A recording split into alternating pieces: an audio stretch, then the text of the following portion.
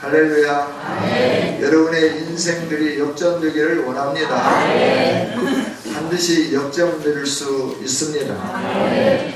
과거가 어떠하든지 하나님은 상관하지 않잖아요. 수가성에 예수님이 일부러 들어가셔서 수가성 여인을 만나주시고 그 인생을 역전시켜 주시면서 그 배에서부터 생수의 강물이 넘치게 해주신 하나님 예수님, 오늘 우리의 주인이시고 우리의 왕이시고 우리의 구세주가 되신 줄 믿습니다. 그 예수님은 저와 여러분을 오늘도 품에 안으시면서 역전시켜 주기를 원하고 계시는 거죠. 할렐루야. 네, 얼마나 감사해요. 지금까지 삶에서 역전되는데, 지금까지 우리가 지는 삶, 우리가 나약한 삶을 살았다고 하면 이제부터 승리하는 삶, 이제부터 강건한 삶 살도록 하나님이 도와주시겠다고 약속하시는데, 입을 넓게 열고 크게 부르짖어서 하나님으로부터 이 은혜와 복을 누리는 우리 모두가 될 수 있기를 원합니다. 할렐루야. 여러분, 소망이 있다고 하면 지금보다 더 나은 내일을 갖는 것이 우리의 소망이 아닐까요? 그렇죠? 우리 자녀들을 향한 소망도 오늘의 자녀가 아니라 성장하면 성장할수록 더 기대에 가까운, 기대치에 가까운 자녀들로 세워지기를 원하는 것이 우리들의 소망이고 우리의 꿈이죠. 그렇게 우리는 뭔가 기대하면서 살아가죠. 하나님도 저와 여러분을 향하여 기대하며 살고 계신 줄 믿습니다. 그 기대는 뭐냐 그러면 우리가 성령 안에서 점점 성장해 가면서 멋진 그리스도인이 되기를 원하는 것이 하나님이 기대하는 삶이다. 우리 가슴에 새기면서 우리 끝까지 이렇게 하나님의 기대에 부응할 수 있는 멋진 하나님의 사람들로 세워질 수 있기를 원합니다. 그래서 우리들은 늘 젊은이들에게 꿈을 가져라 라고 말을 하죠. 그래서 우리 학교에서 가르치는 선생님들, 또 학원에서 가르치는 선생님들, 이 다음 세대의 아이들에게 세상의 지식을 가르치는 것도 중요하지만 꿈꾸는 인생을 살도록 하는 것 참 중요한 일이다 말씀드리고 싶습니다. 할렐루야. 내가 맡은 그 어린 영혼들에게 인생을 꿈꿀 수 있다. 저녁마다 제가 기도하는 것은 11시, 12시까지 청소년들이 방황하면서 그러면서 335 지하실을 그렇게 선호하고 들어가는데 그 지하실 왜 들어가는지 모르겠어요. 근데 밝은 지하실은 안 들어가요. 불 꺼진 지하실만 들어가요. 그걸 보면서 하나님, 저들의 미래 꿈을 꾸는 자들이 되게 하여 주옵소서. 무서워서 애들에게 갈 수는 없어요. 왜냐하면 등치들이 막 황소만 해가지고 얼굴도 저보다 더 까마잡잡해가지고 갔다가는 어떻게 제가 맞을 것 같아요. 그래서 그냥 여기서 그냥 기도만 하고 있는 거예요.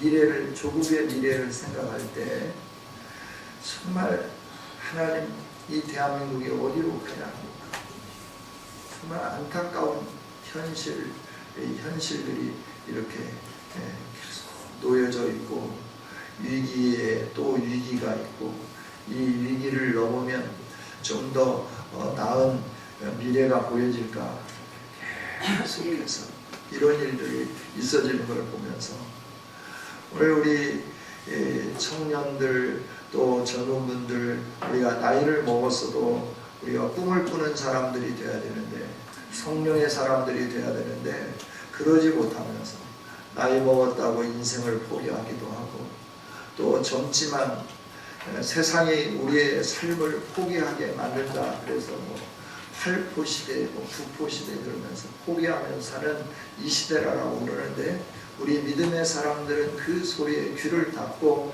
꿈을 꾸는 비전을 갖고 살아가는 아름다운 성도들이 될 수 있기를 주님의 이름으로 축복합니다. 꿈이 있으면 환경도 이겨내는 것 같아요.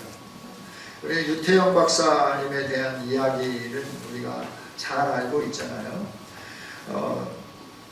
그는 선망을 주신이고 또 학교도 겨우 늦은 나이에 그것도 중학교까지밖에 졸업을 못했던 사람이죠.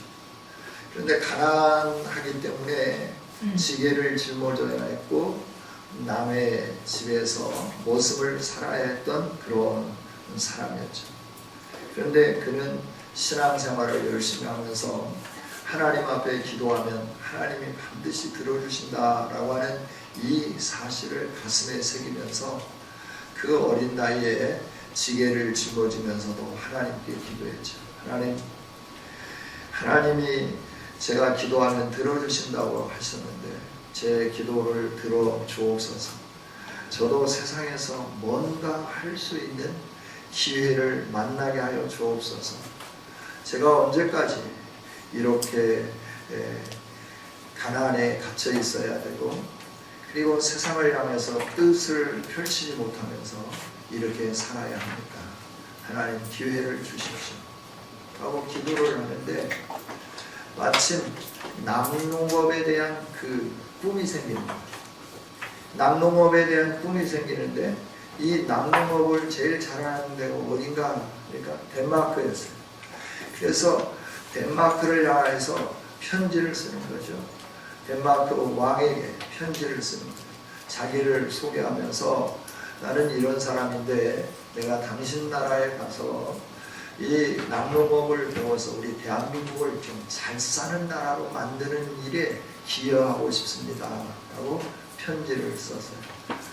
그 왕궁의 주소를 알아서 썼으면 괜찮은데 그냥 덴마크 해놓고 국왕 앞으로 이렇게 보냈죠. 그러니까 그 국왕 밑에 있는 그 비서실에서 편지를 받고 이걸 왕에게 전달해야 되느냐 회귀해야 되느냐. 그런데 편지를 보내놓고 이분은 늘 기도를 했죠. 하나님 제가 편지를 보냈습니다. 좋은 일신이 오기를 원합니다. 그게 휴지통으로 들어가지 않고 국왕의 손에 들려졌고 국왕이 그 편지를 받고 감동을 받아서 비행기표와 함께 그 유학에 필요한 모든 장학금까지 한꺼번에 보내주면서 그를 불러가게 되었죠. 그래서 갑작스럽게 그가 시골 땅에서부터 꿈을 꾸면서 늦은 나이에 고등학교를 공부하고 늦은 나이에 이렇게 하면서 덴마크에 유학을 가게 되었죠. 낙농업을 공부하고 또 예루살렘에 가서 히브리 대학에서 키푸츠 이런 공동체 그것을 공부하고 돌아와가지고 건국대학교에 낙농학과를 만들었고 그로 인하여 오늘 우리가 유제품을 이렇게 쉽게 먹고 살 수 있도록 민족에 기여를 한 그런 아름다운 분이기도 하죠. 제가 이 말씀을 드리는 것은 나은 미래를 향하여 꿈을 꾸면 우리들이 나은 삶을 살 수 있고 환경을 뛰어넘을 수 있고 환경을 뛰어넘을 뿐만 아니라 환경 넘어 역사하시는 하나님의 크고 위대함을 경험할 수 있다 하는 겁니다. 저와 여러분이 계속해서 나는 안 된다고 좌절하지 마시고 꿈을 꾸는 삶을 살 수 있기를 원합니다. 내 나이가 몇인데 꿈꾸기에 딱 좋은 나이다 생각했으면 좋겠습니다. 노래만 그냥 딱 좋은 나이다 그러지 말고 꿈꾸기에 좋은 나이. 꿈꾸면서 하나님 나라를 위해서 내가 뭔가 이바지할 수 있는 인생이 주어졌음을 바라다 보면서 그 삶을 향하여 전진해 갈 수 있기를 원합니다. 하나님의 영이 우리에게 임하면 자녀들은 환상을, 청년들은 애원을 할 것이고 나이 드신 분들은 꿈을 꾸게 될 줄 믿습니다. 환상, 애원, 꿈 우리 단어로는 다 다르게 표현됐지만 하나님이 주시는 놀라운 미래를 향한 그 은밀하고 비밀한 것들을 보는 눈이 열려지기 시작한다 하는 거죠. 꿈을 갖고 사는 사람들은 늙지도 않아요. 아파도 뭐 그냥 그 아픔에 대해서 염려하고 걱정하지 않아요. 꿈꾸면서 사니까. 우리 교회 사랑하는 성도 여러분, 모두가 꿈꾸면서 살면서 건강하고 행복하고 비전 가운데 살아가는 우리 모두가 될 수 있기를 원합니다. 네. 사람도 꿈을 꾸면 이처럼 위대한 역사를 이뤄내는데, 우리가 신앙생활하면서도 믿음의 삶을 살기를 위하여 꿈을 꾼다고 하면 우리들이 얼마나 아름다운 삶을 살 수 있을까라고 하는 거죠. 오늘 말씀은 바울 사도가 고린도 교회를 향해서 하신 말씀이에요. 2장에 있는 말씀을 보면 뭐냐 그러면, 너희가 예수님을 믿으면 하나님의 성령의 역사하심 속에서 예수님을 믿게 된 거다. 그래서 하나님을 알게 된 거다라고 말씀을 해주는 거죠. 여러 가지 복잡하게 쭉 이렇게 말씀을 했지만 그 내용은 뭐냐면, 내가 너희에게 갔을 때 내가 좀 이렇게 혼나게 간 게 아니다. 두렵고 떨림으로 너희에게 갔다라고 이렇게 고백을 하죠. 그렇죠. 사도행전에 있는 말씀을 보면 아덴에서 열심히 심혈을 기울이면서 철학적으로 논증적으로 기승전결 정확하게 해가지고 복음을 전했는데 아덴에서 열매를 맺지를 못했어요. 그 열정과 수고와 헌신을 했는데도 불구하고 아덴에서는 겨우 손가락에 꽂을 만큼의 사람들만 믿었어요. 물론 하나님이 그 사람들을 그 당시에 구원하기로 결정했기에 바울 사도를 통해서 복음을 듣고 그들만 구원하게 된 줄 믿습니다. 그리고 난 다음에 그가 아덴에서부터 그 두렵고 떨림을 가지고 도착한 곳이 어디냐 그러면 고린도라고 하는 지역에 왔다라고 하는 거예요. 함께 전도하던 그 사울, 그리고 또 누구예요? 같이 다니는 2차 전도여행에 같이 다녔던 사람이 누구죠? 실라. 실라와 디모데는 뒤쳐져. 자기는 먼저 왔는데 이렇게 제대로 복음을 전할 수 있었겠어요? 두려워서 그러고 있는데, 힘든 가운데 복음을 전하는데 의외로 고린도 지역에서는 복음이 잘 증거되기 시작했다 하는 거예요. 그러면서 고린도 교회가 아름답게 세워지게 되었죠. 이 아름답게 세워진 교회가 계속 믿음으로 성장해 가면서 그 처음에 복음을 받아들이고 하나님의 성령의 역사하심으로 말미암아 하나님이 주신 미래를 꿈꾸면서 비전을 가지고 살았던 그 열정이 계속해서 이렇게 나타나 보여져야 되는데, 이들이 어느 정도 가다가 이 성령의 역사하심을 받아들이지 아니하고 자꾸 세상적인 것을 생각하고 세상적인 삶으로 회귀해 가기 시작했다 하는 거예요. 그래서 그들이 신령한 자들이 되어야 되는데, 성령의 사람들이 되어야 되는데 그러지 못하면서 어린 아이처럼 계속해서 그 자리에 머물러 있다.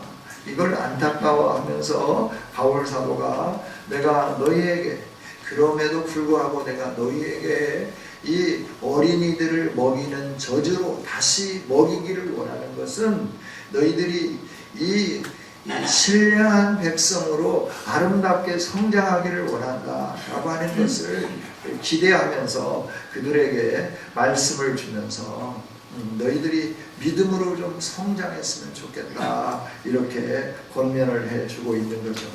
여러분, 저와 여러분도 믿음 안에서 성장했으면 좋겠습니다. 어린아이의 일을 버렸으면 좋겠습니다. 그래서 오늘 우리가 읽은 말씀을 통해서 보면 크게 두 부류로 나눌 수 있어요. 하나는 육에 속한 사람입니다. 14절.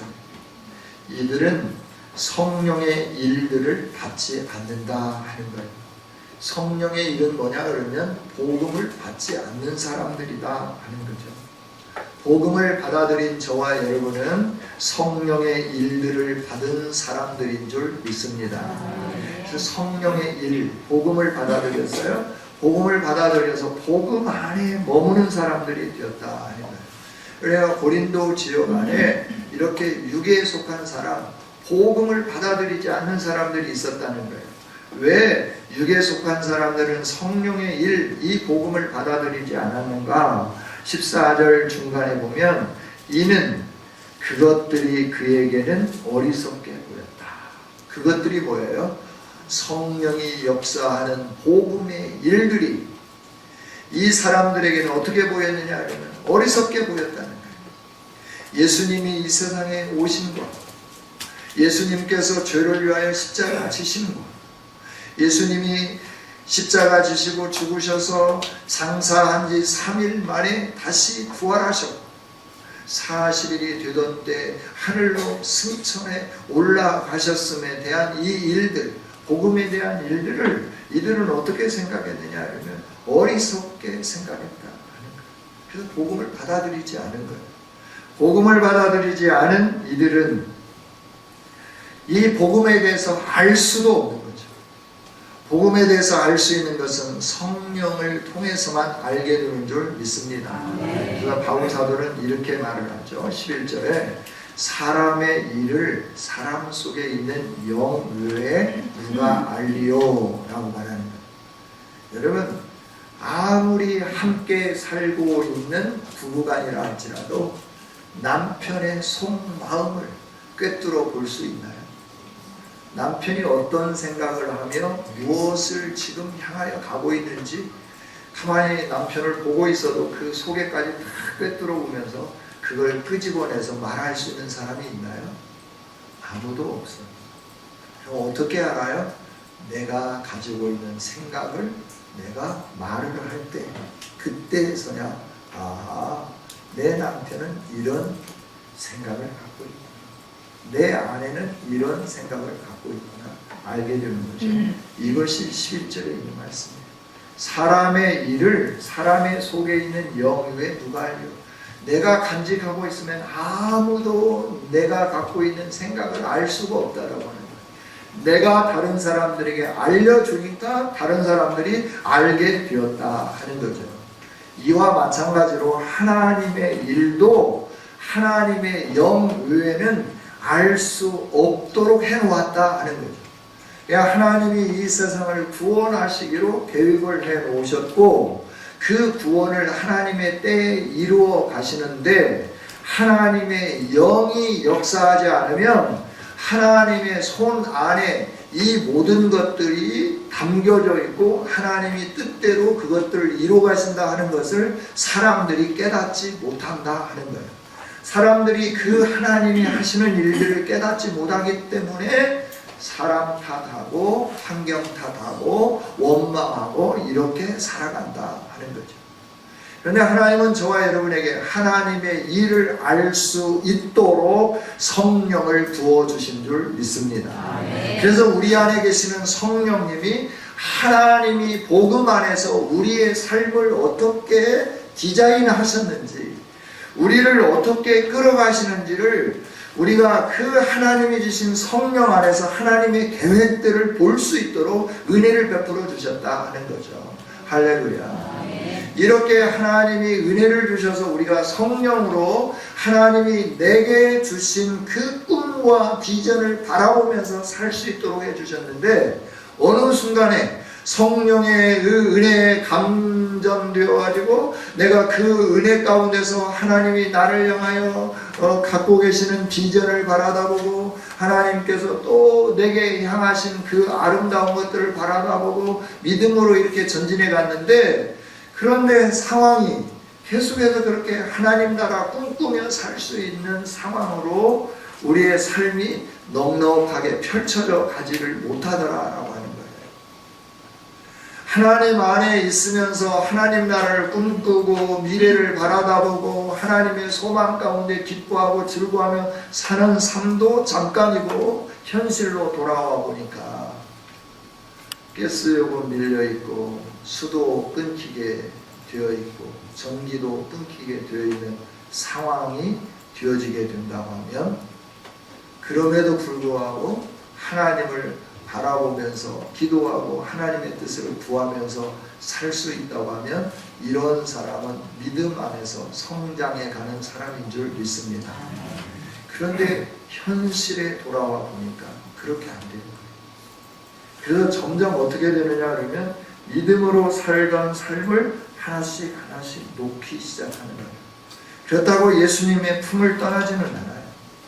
예수님 품 안에 머물러 있고 적당한 거리 안에서 적당히 해야 할 일들은 하기는 하지만 온전히 내 안에 계신 성령님을 통하여 하나님이 하시고자 하는 구원받은 백성을 통하여 이루기를 원하는 그 놀라운 일들을 꿈꾸고 기대하고 소망하면서 나가는 이런 삶에서부터는 점점 멀어지는 그 일들을 행하게 되더라라고 하는 거죠. 이게 바로 육신에 속한 사람들이다 하는 겁니다. 여러분, 저와 여러분은 육신에 속한 사람들이 되지 않기를 원합니다.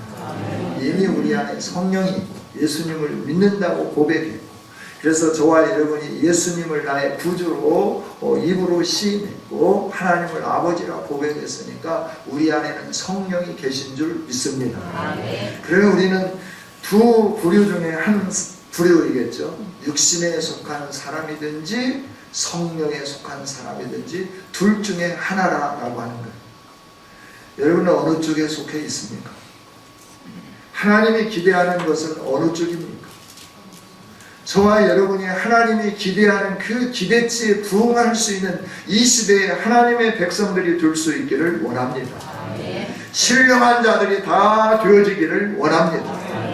15절에 있는 말씀을 보면 신령한 사람들은 모든 것을 판단한다. 그래서 그게 뭐냐 그러면 모든 걸 판단한다고 그러니까 옳고 그름을 명확하게 판단하는 것으로 재판관다운 재판관이 되는 것으로 우리가 생각할 수 있는데, 그게 아니라 신령한 자는 모든 것을 하나님이 계획하신 모든 것들, 하나님이 영적으로 우리에게 주실 행하실 모든 일들을 보는 눈이 열려지게 된다라고 하는 거죠.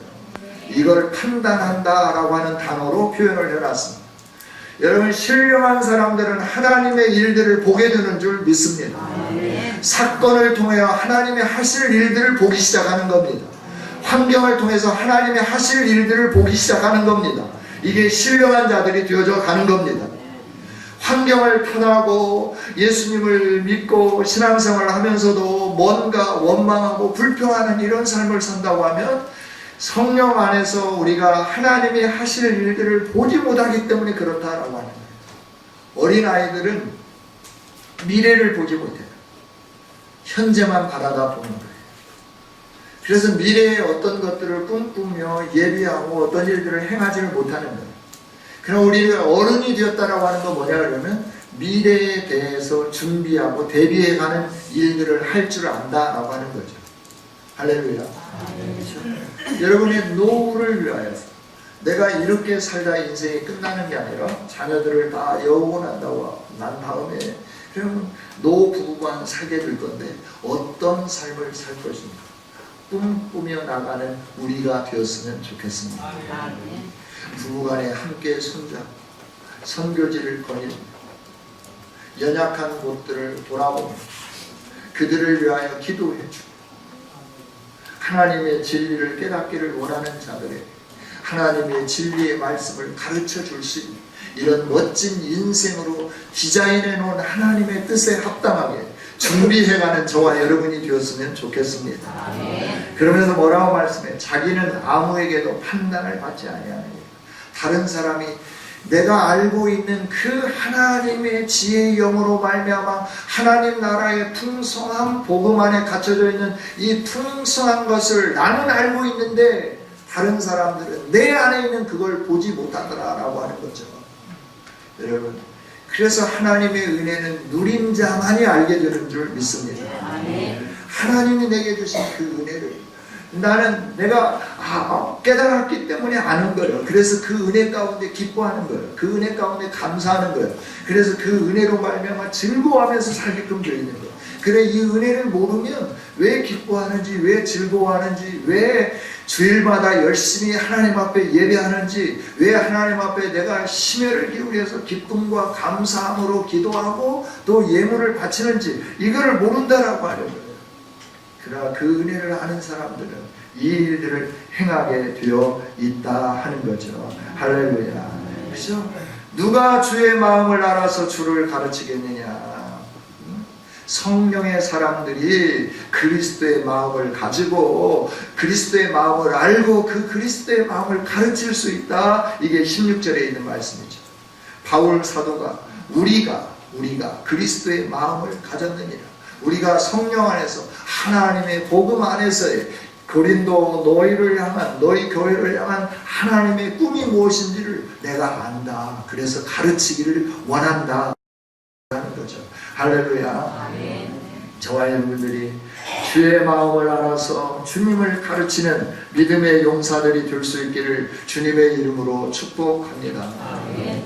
이렇게 주님의 마음을 알고 주님을 가르칠 수 있는 신령한 자들이 되어야 되는데 계속해서 어린아이를 버리지 못하고 살아간다고 하면 그거는 좀 하나님의 마음을 굉장히 아프게 해드리는 그런 사람이 아닐까 생각을 해봅니다.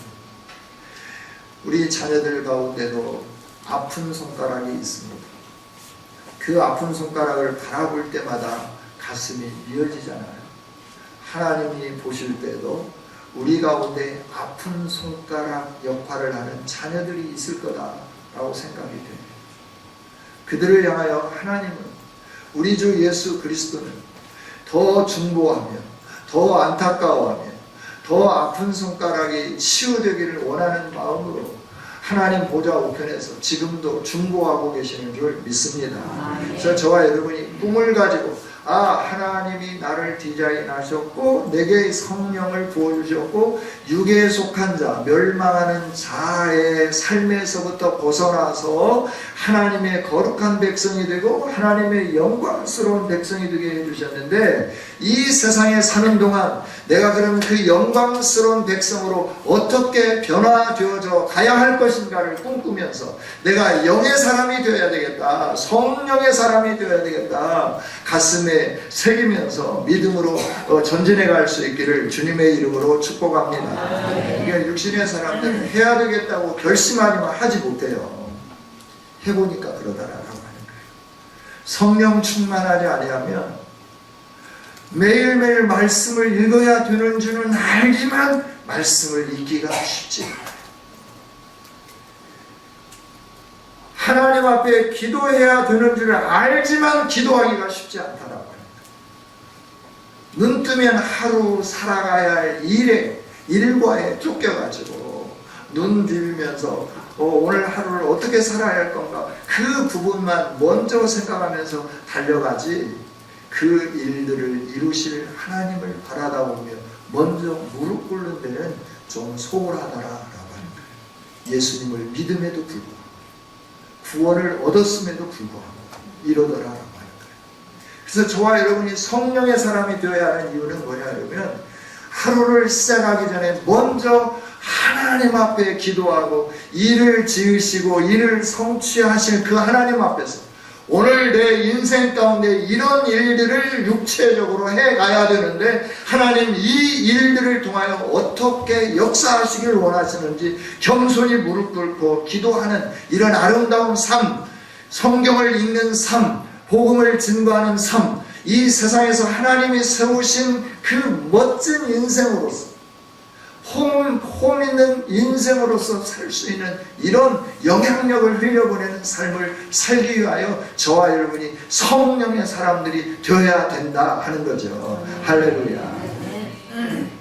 정말 교회가 교회다워질 때 세상의 악은 사라지게 됩니다. 교회가 교회다워지는데 먼저 목사가 목사다워져야 될 줄 믿습니다. 여러분, 제가 위대한 일, 어떤 큰 일을 하기를 위해서 기도하시지 말고 목사다운 목사가 될 수 있도록 기도해 주시면 감사하겠습니다. 하나님의 진리를 깨닫고 그 진리 안에서 살아가고 진리를 바르게 선포하는 목사님이 될 수 있도록 여러분들이 기도해 주신다고 하면 제가 그렇게 살 수 있지 않겠습니까? 제가 이렇게 살면서 여러분에게 말씀을 전할 때 하나님의 역사가 일어나며 우리 교회가 이렇게 아름다운 교회로 세워지지 않겠습니까? 할렐루야. 하나님이 기대하는 성도, 하나님이 기대하는 교회는 바로 이렇게 성장해 가는 교회다라고 하는 거예요. 저와 여러분이 성장해 갈 수 있기를 원합니다. 신앙생활을 시작하는 처음보다 지금이 더 성숙하고 성장해야 하는 것이 마땅한 일이라고 하는 거죠. 오늘 말씀처럼 너희가 마땅히 그 밥을 먹어야 되고 딱딱한 음식을 먹어야 함에도 불구하고 신령한 자들을 대함과 같이 너희에게 말할 수 없어서 육신에 속한 자, 그리스도 안에서 어린 아이이기에 너희들을 대할 때 어른처럼 대하지 못하고 유치하게 대할 수밖에 없다 라고 표현하는 바울 사도의 이 마음이 이해가 가시는 거예요. 여러분들이 어린아이의 일을 벗어내는 그런 아름다운 삶을 사는 멋진 그리스도인들이 될 수 있기를 주님의 이름으로 축복합니다. 그러면 어떻게 이렇게 신령한 자들로 성장해 갈 수 있을까라고 하는 거예요. 젖을 먹지 아니하고 밥을 먹을 수 있는, 충고를 해도 어린아이처럼 이렇게 돌리고 뭔가 당근을 주고 그러고 난 다음에 뭔가 얘기하고 이런 게 아니라 정말 어드바이스, 충고할 수 있는, 직설적으로 말할 수 있는 그 정도 수준까지 성장할 수 있는 그리스도인이 될 수 있겠는가라고 하는 거죠. 여러분, 저와 여러분이 성령으로 새로워질 때 이런 놀라운 일들이 일어나게 되는 줄 믿습니다. 그래서 예수님은 제자들에게 예루살렘을 떠나지 말고 아버지가 약속하신 것을 기다리라 라고 말씀하신 것 같아요. 그들이 예루살렘을 떠나지 아니하고 아버지가 약속하신 것을 받기 위하여 다락방에 모였고 하나님 앞에 빌기를 다했더니 성령이 그들에게 임했다라고 성경은 가르쳐 주십니다. 우리가 신령한 사람들이 되기 위하여 성령 충만함을 받기 위하여 무릎 꿇고 기도하는 아름다운 성도들이 되었으면 좋겠습니다. 우리 교회 안에 제가 꿈꾸며 기도하는 것은 하나님 성령의 원자폭탄을 좀 터뜨려 주십시오. 원폭의 피해는 어마어마해요. 근데 성령의 원자폭탄의 피해가 아니라 이익이 어마어마한 줄 믿습니다. 이 원폭의 피해는 막 바닷물 속에 버려도 이게 없어지지 아니하고 이게 막 상승하고 이게 우리가 먹는 모든 거에 막 영향력을 끼치잖아요. 그처럼 성령의 원폭이 우리를 휘감는다고 하면 우리는 성령의 사람으로서 모든 사람들에게 막 엄청난 영향력을 흘려보내는 아름다운 성도가 될 수 있게 되는 줄 믿습니다.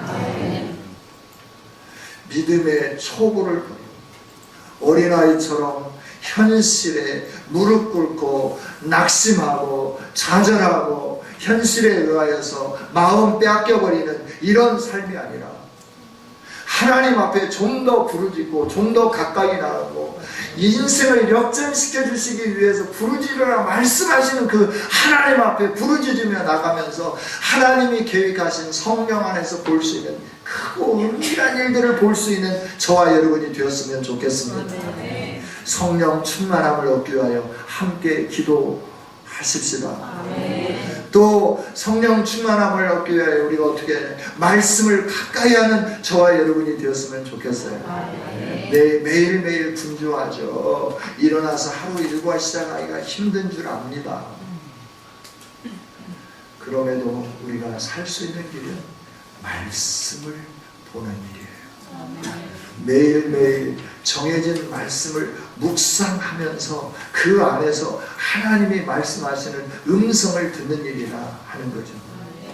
여러분, 정해진 만큼 성경을 읽고 매일 아침 일어날 때마다 묵상할 수 있는 멋있는 성도들이 되었으면 좋겠습니다.